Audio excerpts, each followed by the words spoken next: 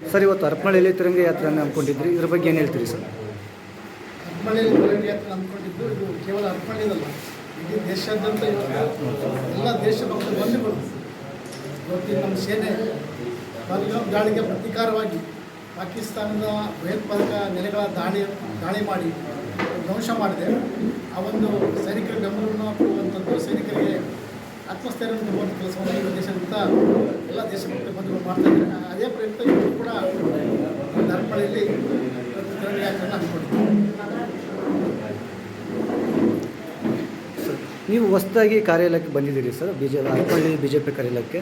ಇಲ್ಲಿನ ಅಧ್ಯಕ್ಷರಿಗೆ ಮತ್ತು ಕಾರ್ಯದರ್ಶಿಗಳಿಗೆ ಇಲ್ಲಿನ ಯಾವ ರೀತಿ ಪಕ್ಷ ಸಂಘಟನೆ ಮಾಡಬೇಕಂತೇಳಿ ಕರೆ ಕೊಡ್ತೀರಿ ಸರ್? ಈಗ ನಮ್ಮ ಅಧ್ಯಕ್ಷರು ಪದಾಧಿಕಾರಿಗಳು ಆಲ್ರೆಡಿ ಅವರು ಹಳಬು, ಈಗ 2ನೇ ಬಾರಿ ಅಧ್ಯಕ್ಷರಾದಂಥ ಮತ್ತು ಅವ್ರಿಗೆ ಪಕ್ಷದಲ್ಲಿ ಕಳೆದ 15-20 ವರ್ಷಗಳ ಅನುಭವ ಇದೆ. ಅದು ನಾನು ಹೊಸದಾಗಿ ಸಲಹೆ ಸೂಚನೆ ಕೊಡುವಂಥದ್ದಿಲ್ಲ. ಎಲ್ಲರೂ ಒಟ್ಟಾಗಿ ಒಂದಾಗಿ ಎಲ್ಲರೂ ವಿಶ್ವಾಸ ತಗೊಂಡು ಹೋಗುವಂಥ ಕೆಲಸ ಮಾಡೋಕ್ಕಾಗಿದೆ. ಕಳೆದ ಬಾರಿ ನಾವು ಇಲ್ಲಿ ಚುನಾವಣೆ ಸೋತಿದ್ದೀವಿ, ಆದರೆ ಹರಪನಹಳ್ಳಿ ವಿಶೇಷ ಅಂದರೆ 2 ಬಾರಿ BJP ಗೆದ್ದಿರುವಂಥ ಕ್ಷೇತ್ರ.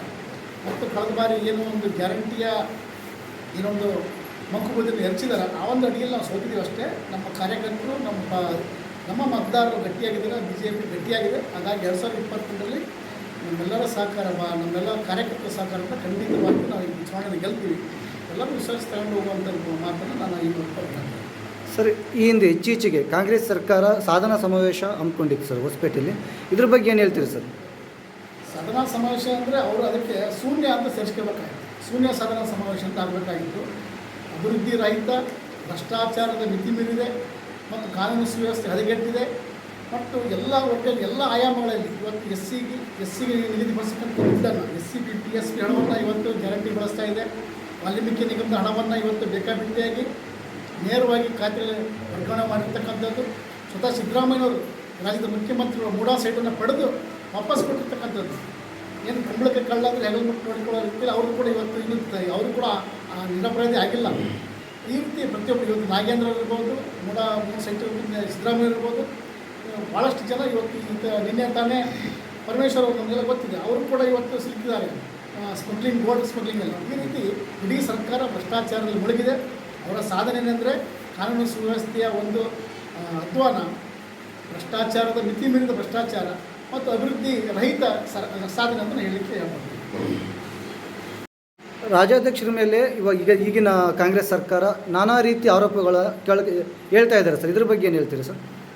ಆರೋಪಗಳಿದ್ದರೆ ನಮಗೆಲ್ಲ ಕೋರ್ಟ್ಗಳಿವೆ, ಅಲ್ಲಿ ನೀವು ಹೋಗಿ ಪ್ರಶ್ನೆ ಮಾಡ್ಬೋದು, ಕೇಳ್ಬೋದು, ಅವ್ರಿಗೆ ಕೇಸ್ ಹಾಕ್ಬೋದು, ಅಲ್ಲಿ ಪಡಿಸ್ಬೇಕು. ಇವತ್ತು ಹೇಗೆ ಈ ರೀತಿ ನಾವು ಮೂಡಾದಲ್ಲಿ ಯಾವ ರೀತಿ ಕೇವಲ ವಿರೋಧ ಪಕ್ಷಗಳು ವಿರೋಧ ಮಾಡಲಿಕ್ಕೆ ಅಥವಾ ನಮ್ಮ ವಿರೋಧಿಗಳಾಗಿ ವಿರೋಧ ಮಾಡಲಿಕ್ಕಲ್ಲ. ಇವತ್ತು ಹೇಗೆ ಮೂಡಾ ಕೇಸಲ್ಲಿ ಸಿದ್ದರಾಮಯ್ಯ ಕೇಸ್ ಆಗಿದೆ, ಅವ್ರ ಪತ್ನಿ ಮೇಲೆ ಕೇಸ್ ಆಗಿದೆ, ಅದೇ ರೀತಿ ನಾಗೇಂದ್ರ ಮೇಲೆ ಯಾವ ರೀತಿ ಕೇಸ್ ಆಗಿದೆ, ಆ ರೀತಿ ಅವ್ರಿಗೂ ಮುಕ್ತವಾಗಿದೆ, ಕೋರ್ಟ್ಗಳಿದೆ. ಯಾರು ಪ್ರಶ್ನೆ ಮಾಡಲಿ, ಅವ್ರು ತಮ್ಮಲ್ಲಿ ಏನಿದೆ ಅದನ್ನು ಸಾಬೀತುಪಡಿಸ್ತೀವಿ, ತಪ್ಪೇನಿದೆ.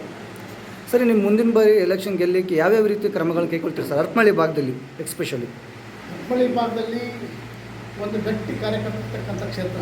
ಇಡೀ ವಿಜಯನಗರ ಜಿಲ್ಲೆಯಲ್ಲಿ ಅತ್ಯಂತ ಗಟ್ಟಿ ಕಾರ್ಯಕರ್ತರು ಮತ್ತು ಕಟಿಬದ್ಧ ಕಾರ್ಯಕರ್ತರು ಇರ್ತಕ್ಕಂಥ ಕ್ಷೇತ್ರ ಅದು ಹರಪನಹಳ್ಳಿ. ನಮ್ಮ ಪ್ರತಿ ಗ್ರಾಮಗಳಿಗೂ ನಾವು ಮುಂದಿನ 15 ದಿವಸದಲ್ಲಿ ನಾವು ಗ್ರಾಮ ಪಂಚಾಯತ್ಗಳಿಗೆ ಭೇಟಿಯನ್ನು ಕೊಡ್ತಾ ಇದ್ದೀವಿ. ನಮ್ಮ ಮುಂದೆ ಬರ್ತಕ್ಕಂಥ ತಾಲೂಕು ಪಂಚಾಯತ್, ಜಿಲ್ಲಾ ಪಂಚಾಯತ್ ಚುನಾವಣೆಗಳು ಮತ್ತು ಗ್ರಾಮ ಪಂಚಾಯತ್ ಚುನಾವಣೆ ಗಮನ ಇಟ್ಟುಕೊಂಡು ಪ್ರತಿ ಗ್ರಾಮಕ್ಕೂ ಕೂಡ ಭೇಟಿಯನ್ನು ಕೊಟ್ಟು ಎಲ್ಲ ಕಾರ್ಯಕರ್ತರನ್ನು ಒಗ್ಗೂಡಿಸುವ ಮುಖಾಂತರ ಮುಂದಿನ ನಮ್ಮ ಜಿಲ್ಲಾ ಪಂಚಾಯತ್ ಮತ್ತು ತಾಲೂಕು ಪಂಚಾಯತ್ ಚುನಾವಣೆಯನ್ನು ಗೆಲ್ಲುವಂಥ ಪ್ರಯತ್ನವನ್ನು ಮಾಡ್ತೀವಿ. ಖಂಡಿತವಾಗಿ ನಮ್ಮ 2ನೇ ಹಂತದ ನಾಯಕರು ಯಾರು ಕಳೆದ 10-15 ವರ್ಷಗಳಿಂದ ಭಾರತೀಯ ಜನತಾ ಪಕ್ಷದಲ್ಲಿ ದುಡಿದಿದ್ದಾರೆ, ಅವರನ್ನು ಮುಂದಿನ ದಿನಗಳಲ್ಲಿ ತಾಲೂಕು ಪಂಚಾಯತ್ ಸದಸ್ಯರನ್ನಾಗಿ ಮಾಡೋದ್ರ ಮುಖಾಂತರ, ಜಿಲ್ಲಾ ಪಂಚಾಯತ್ ಸದಸ್ಯರನ್ನು ಮಾಡೋದ್ರ ಮುಖಾಂತರ ಭದ್ರ ಅಡಿಪಾಯವನ್ನು ಹಾಕ್ತೀವಿ ಮತ್ತು ಅದರ ಅಡಿಪಾಯದ ಮೇಲೆ 2028ರ ವಿಧಾನಸಭಾ ಕ್ಷೇತ್ರನ ಗೆಲ್ತೀವಿ. ಸರ್, ಇನ್ನೊಂದು ಕೆಲವು ನೆಕ್ಸ್ಟ್ ಮಂತಿಂದ ಇವಾಗ ZP ಮತ್ತು TP ಎಲೆಕ್ಷನ್ ಪ್ರಾರಂಭ ಆಗ್ತಿದೆ. ಇದರ ಮುಂದಿನ ಏನಾದರೂ ಇದಕ್ಕೆ ಮುಂದಾಳತ್ವವಾಗಿ ಏನಾದರೂ ಒಂದು ಕ್ರಮ ಕೈಗೊಂಡಿದ್ದೀರಾ ಸರ್? ಅಂದರೆ ಎಲೆಕ್ಷನ್ ಈ ಬಾರಿ ನಾವು ಗೆಲ್ಲೇಬೇಕು ಅನ್ನೋದೊಂದು ನಿರ್ಧಾರ ಏನಾದರೂ ಕೈಗೊಂಡಿದ್ದೀರಿ ಸರ್? ಖಂಡಿತ. ಕಳೆದ ಬಾರಿ ಕೂಡ ಕಾಂಗ್ರೆಸ್ ಸರ್ಕಾರ ಇತ್ತು. ಆ ಕಾಂಗ್ರೆಸ್ ಸರ್ಕಾರದಿಂದ ಕೂಡ ನಾವು ದೊಡ್ಡ ಸಂಖ್ಯೆಯಲ್ಲಿ ಇಲ್ಲಿ ಹರಪನಹಳ್ಳಿಯಲ್ಲಿ ತಾಲೂಕು ಪಂಚಾಯತಿ ಮತ್ತು ಜಿಲ್ಲಾ ಪಂಚಾಯತ್ ಗೆದ್ದಿದ್ದೀವಿ. ಅಂದರೆ ನಮ್ಮ ಮೂಲ ಬೇರುಗಳು ಹಳ್ಳಿಯಲ್ಲಿ ಇವೆ. ಹಾಗಾಗಿ ಮತ್ತೆ ನಾವು ಇನ್ನೊಂದು 10-15 ದಿವಸಗಳಲ್ಲಿ ನಮ್ಮ ಎಲ್ಲ ಮುಖಂಡರ ಜೊತೆಗೂಡಿ ನಮ್ಮೆಲ್ಲ ಗ್ರಾಮ ಪಂಚಾಯತಿಗಳಿಗೆ ಕೂಡ ನಾವೆಲ್ಲ ಭೇಟಿಯನ್ನು ಮಾಡ್ತಾಯಿದ್ವಿ. ನಾವು ಈಗಾಗಲೇ ಬೇರೆ ತಾಲೂಕುಗಳಲ್ಲಿ ಆ ಒಂದು ಅಭಿಯಾನ ನಾವು ಪ್ರಾರಂಭ ಮಾಡಿದ್ವಿ. ಬಹುತೇಕ ಒಂದು 60-70% ಪಂಚಾಯತ್ಗಳನ್ನು ಕವರ್ ಮಾಡಿದ್ವಿ. ಹರಪಳ್ಳಿ ಮಾತ್ರ ನಾವು ಮಾಡಿಲ್ಲ. ಈಗ ಶುರು ಮಾಡಿದ್ರೆ ಹರಪಳ್ಳಿನ ಒಂದು ಕಡೆಯಿಂದ ಸಂಪೂರ್ಣವಾಗಿ ಎಲ್ಲ ಪಂಚಾಯತ್ಗಳನ್ನ ಮುಗಿಸ್ಕೊಂಡು ನಾವು ಕ್ಲಿಯರ್ ಮಾಡ್ತೀವಿ. ಸರ್, ಕೊನೆಯದಾಗಿ ಹರಪನಹಳ್ಳಿ ಬಿ ಜೆ ಪಿ ಕಾರ್ಯಕರ್ತರಿಗೆ ನಿಮ್ಮ ಕಿವಿ ಮಾತು ಸರ್. ಹರಪಳ್ಳಿ BJP ಕಾರ್ಯಕರ್ತರು ಕಿವಿ ಮಾತು ಹೇಳುವಂಥದ್ದೇನಿಲ್ಲ. ಯಾಕಂದರೆ ನಾನು ಆಗಲೇ ಹೇಳಿದ್ದೀನಿ, ಕಳೆದ 10-15 ವರ್ಷಗಳಿಂದ 20 ವರ್ಷಗಳಿಂದ ಕೆಲಸ ಮಾಡುವಂಥ ಕಾರ್ಯಕರ್ತರು ಇದ್ದಾರೆ, ಭಾಳಷ್ಟು ಹಿರಿಯರಿದ್ದಾರೆ ಇಲ್ಲೆಲ್ಲ. ನಾನು ಒಬ್ಬ ಸಾಮಾನ್ಯ ಕಾರ್ಯಕರ್ತನಾಗಿರ್ತಕ್ಕಂಥ ನಾನು ಇಷ್ಟೇ ಹೇಳೋದು, ನಾನೊಬ್ಬ ಸಾಮಾನ್ಯ ಕಾರ್ಯಕರ್ತ, ನಿಮ್ಮೊಂದಿಗೆ ನಾನು ಬರ್ತೀನಿ, ನಮ್ಮನ್ನು ಕರ್ಕೊಂಡು ಜೊತೆಗೆ ಹೋಗೋಣ ಅಂತ ಈ ಮಾತು ಹೇಳ್ತೀನಿ. Thank you sir.